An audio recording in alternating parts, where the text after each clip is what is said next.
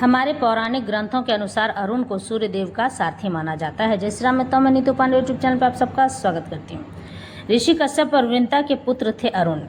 अरुण गरुड़ के बड़े भाई भी हैं, जो कि पक्षियों के राजा कहलाते हैं। रामायण में प्रसिद्ध संपाति और जटायु अरुण के ही पुत्र थे।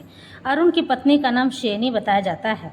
अरुण को वेदों और पुराणों में गरुड़ के रूप में बताया गया है और यह भी उल्लेख मिलता है कि इनके पैर व पंख नहीं हैं।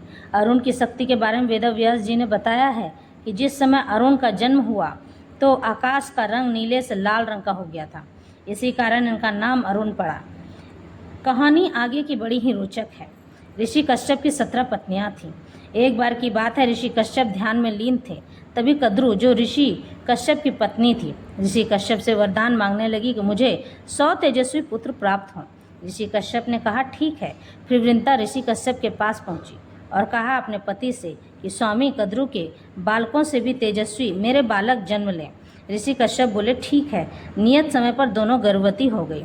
कद्रू के अंडे 100 दिन में फूटे व उनसे शेष नाग व वासुकी अन्य नाग उत्पन्न हुए। लेकिन वृंता के अंडों को फूटने में समय था। वृंता को सब्र नहीं हुआ, इसलिए 2 अंडों में से एक अंडा फोड़ दिया, जिसमें ऊपर का भाग तो था पर नीचे का बना नहीं था। इसलिए अरुण ने क्रोध में आकर अपनी माँ को श्राप दे दिया। कहा कि आपसे सब्र नहीं हुआ, इसलिए आपने मेरी ऐसी दुर्दशा की है अपनी बहन से आगे बढ़ने के कारण। इसलिए मैं आपको श्राप देता हूँ कि आप 5000 वर्षों तक कद्रू की सेविका यानी दास बनकर रहेंगी, लेकिन अपना दूसरा अंडा मत फोड़ना। अगर वह बालक सही सलामत जन्म ले लिया तो वही आपको इस दासत्व से मुक्त कराएगा।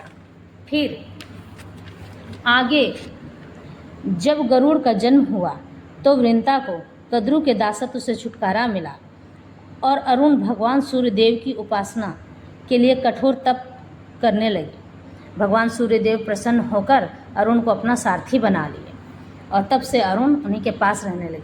आगे की एक नई कहानी और है। बाली और सुग्रीव अरुण उनकी माता हो, पर कैसे, मिलेंगे अगले वीडियो में।